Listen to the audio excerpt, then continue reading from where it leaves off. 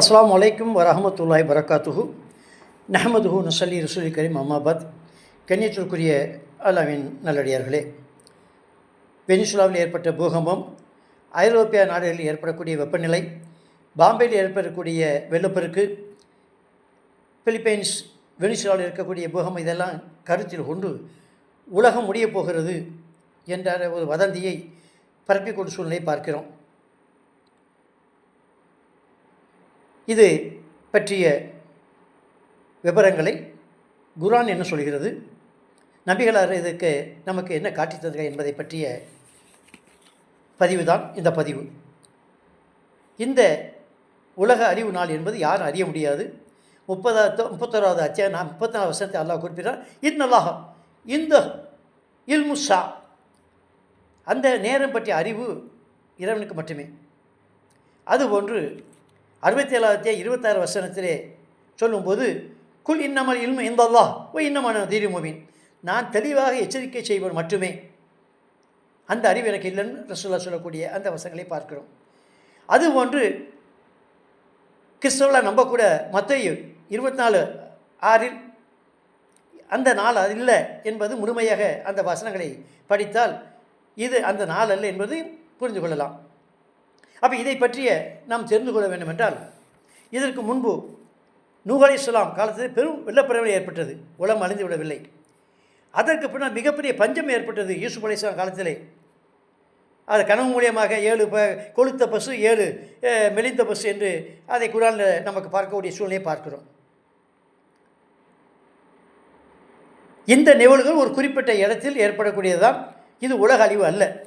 உலக அழிவை பற்றி சொல்லும்போது பெரிய அடையாளங்களாக நபிகள் நாயகம் ஸல்லல்லாஹு அலைஹி வஸல்லம் அவர்கள் நமக்கு காட்டி தந்திருக்கிறார்கள்.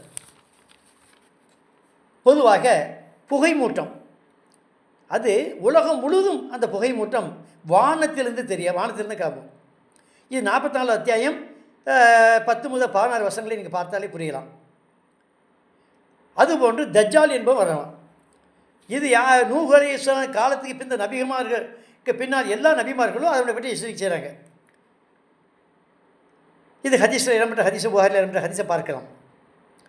இடது கண் ஊனம் இருக்கும், அவன் கண்களுக்கு இடையில் இறை மறுப்பான் எழுதியிருக்கும். அதுபோன்று அதிசய பிராணி தோன்றும். சூரியன் இப்போ கிழக்கிருந்து உதிக்கும் இல்லையா, இது மேற்கிலிருந்து உதிக்கும். அதுபோன்று யாஜூஜ் மாஜூஜ் இவர்கள் இப்பொழுது துல்கர்னைன் என்ற அந்த நபரால் மறைத்து வைத்து, அதாவது அந்த மக்கள் வேண்டுகோளுக்கு என்னங்க, இது குர்ஆனில் வரக்கூடிய வசனங்கள், தங்கப்பாலங்களை கொண்டு அதில் செம்பை உருக்கி அதை அடைத்து வைத்திருக்கிறார்கள். அந்த யுகம் முடிவு நாள் வரக்கூடிய அவங்களாம் வெளியே வருவாங்க. அதுபோன்று கிழக்கே ஒரு பூகம்பம், அப்புறம் மேற்கே ஒரு பூகம்பம், அப்புறம் அரபு தேச தீபகற்பத்திலே பெரிய ஒரு பூகம்பம் ஏற்படும். அதுபோன்று நெருப்பு, யமன் தேசத்திலிருந்து நெருப்பு பெறப்பட்டு எல்லா மக்களையும் ஒரு இடத்துல ஒன்று சேர்க்கும்.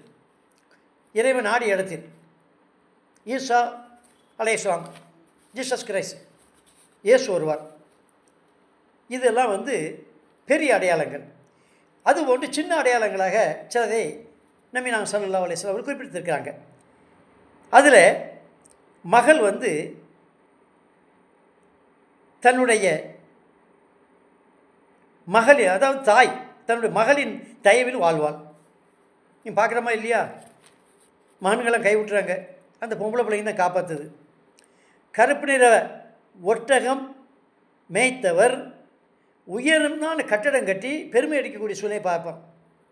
அதே மாதிரி விபச்சாரம், மதுகள் பெருகும், தகுதியற்றவர்களிடம் பொறுப்பு சேரும். பாலைவனம் சோலைவனம், இப்போ நான் அரபு தேசத்துக்கு பார்த்தீங்களா, நதிலாம் ஓடு வரும், அதெல்லாம் இன்னும் ஒன்றுமே வரல, அதுக்கு அறிகுறியே இல்லை இது வரைக்கும். அதுபோன்று காலம் சுருங்குதல், அதாவது ஒரு வருடம் ஒரு மாதமாக இருக்கும், ஒரு மாதம் ஒரு வாரமாக இருக்கும், ஒரு வாரம் ஒரு நாள் இருக்கும்.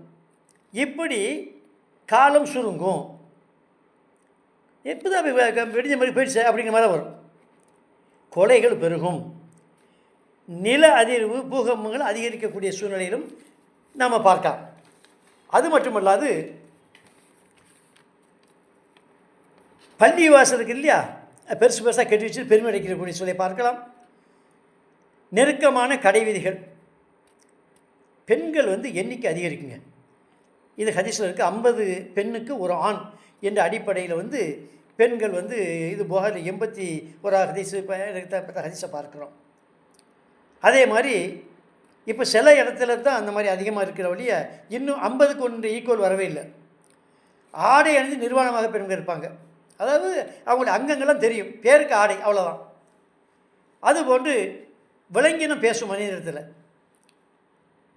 அதுபோன்று நாவை மூலதனமாக வைத்து சாப்பிடுவார்கள். தெரிந்தவர்களுக்கு மட்டுமே சலாம் சொல்லுவார்கள். பள்ளி வாசலை பாதையை வச்சுக்கிடுவாங்க, தொடுறது இல்லாமல் பாதை மாதிரி வச்சுக்கிட்டு போய்கிட்டே இருப்பான். அப்புறம் சாவை ஆசைப்படுறது. இந்த உலகத்தை இருந்து என்னத்தை பசியா அவ்வளோ மோசமாக இருக்குது அப்படின்னு சொல்லிட்டு ஒவ்வொருத்தரும் சாவை ஆசைப்படுவான். இது புகாரில் இடம்பெற்ற ஹதீஸை பார்க்குறோம். 30 பொய்யர்கள் தோன்றுவார்கள். இப்போ ஏற்கனவே அஸ்வத் அல் அன்சி, அப்புறம் பொய்யன் குலாம், நம்முடைய இப்போ இந்த ரசாதி கலிபா, அப்புறம் இந்த குலாம்னு ஒருத்தர் வந்தார் இல்லையா, பஞ்சாபில் பிறந்தார், அப்படி போய் சொன்னார். இது மாதிரி நமக்கு தெரிஞ்ச ஒரு 4-5 மாத்திரம் தெரியுது. இதை மாதிரி 30 பொய்யர்கள் தோன்றுவார்கள். இது அப்படியே மாத்தியவனு சொல்லப்பட்டிருக்கும். 24:6 மத்தியவனு சொல்லப்பட்டிருக்க பார்க்குறோம். அது அல்லாத முறையில் ஒருத்தர் அதான் மாற்று மத கலாச்சார காப்பி அடிக்கிறது. ஜானுக்கு சான் ஒரு உருவக்குள்ளே போனால் அவனு இவனு போகிற மாதிரி. அதே மாதிரி இந்த சண்டைகள் நடக்கக்கூடிய கட்டத்தில் யூதை ஒளிஞ்சிருப்பான் பாறைக்கு பின்னால். அந்த பாறை பேசும், என் பின்னால் யூதன் ஒருத்தர் ஒளிஞ்சிருக்கான்னு சொல்லிட்டு. இது புகாரில் 2926 ஹதீஸாக பார்க்கலாம். அதுபோன்று கால் சிறுத்த அபிஷேனியை சேர்ந்தவன் இருக்கிறாங்க இல்லையா, அவன் காபாவை சேதைப்படுத்துவான். இது புகாரில் ஏற்பட்ட ஹதீஸை பார்க்கலாம். அதே மாதிரி யூப்ரட்டிஸ் நதி, இது எங்கே ஓடுனா ஈராக்கில் ஓடுது. அதில் தங்க மலையே வரும். அப்படி தங்க மணிக்கு அதை தொற்றுறாங்க அப்படின்னு சொல்லி நமக்கு எச்சரிக்கை விடுக்கிறாங்க. ஏமன் நாட்டில் கஹ்தானுடைய ஆட்சி நடக்கும். அந்த கஹ்தாங்க ஒரு குலத்தை சேர்ந்தவர்கள், அவருடைய ஆட்சி நடக்கக்கூடிய சூழ்நிலை பார்க்கிறோம். அது மாதிரி ஜக்ஷக் என்ற பெயருடைய ஒரு மண்ணுடைய ஆட்சி நடக்கும். அது மாதிரி செல்வம் பெருகும். நீங்கள் இன்றைக்கி பணத்தை போய் கொடுக்க போனோம்னா சரிதான், நேரத்தை தந்து வாங்கியிருப்பேன் காணப்பா அப்படின்னு சொல்லிட்டு நிராகரிக்கக்கூடிய சூழ்நிலை வரும். அது போன்று வாரி வள்ளல் ஒரு மன்னர் சொல்லுவார். அது போன்று மதீனா தூய்மையிடக்கூடிய சூழ்நிலையை பார்க்கலாம். இன்னும் மாபெரும் யுத்தங்கள், மிகப்பெரிய பிரம்மாண்டமான யுத்தங்கள்லாம் நடக்க வேண்டிய காலகட்டங்கள்லாம் இருக்குது. இந்த சூழ்நிலையில் இவ்வளோ நடக்க இருக்குது. இதில் ஒரு சில நடந்திருந்தாலும் இன்னும் நிறைய நடக்க வேண்டிய சூழ்நிலை இருக்குது. அப்போ நாம் எப்படி இது உலக அழிவு நாள் சொல்கிறது? இது ஒரு குறிப்பிட்ட இடத்துல நடக்கக்கூடிய சூழ்நிலைகள். இதை நாம் மனதில் எடுத்து நாம் அந்த மக்களுக்காக எங்கெல்லாம் பாதிக்கப்படுகிறதோ அந்த மக்களுக்காக வேண்டி நாம் பிரார்த்தனை செய்ய வேண்டும். இதுபோன்ற நிகழ்வுகளிலிருந்து எங்களை பாதுகாத்த வேண்டி இறைவனிடத்தை பாதுகாவல் தேட வேண்டும். வதந்திகளை நம்பக்கூடாது. இது உலக அழிவு நாளுக்குரிய சொல்லக்கூடிய அத்தனை இதையும் பார்க்கும்போது இன்னும் எவ்வளவோ நிகழ்வுகள் நடக்க வேண்டியிருக்கு. அதற்கு பின்பு தான் உலக அழிவு என்பது ஏற்படும். இந்த விளக்கங்கள் உங்களுக்கு போதும் என்று கருதுகிறேன். வாஹித் அல்ஹம்துலில்லாஹி ரப்பில் ஆலமீன். அஸ்ஸலாமு அலைக்கும் வரஹ்மத்துல்லாஹி வபரகாத்துஹு.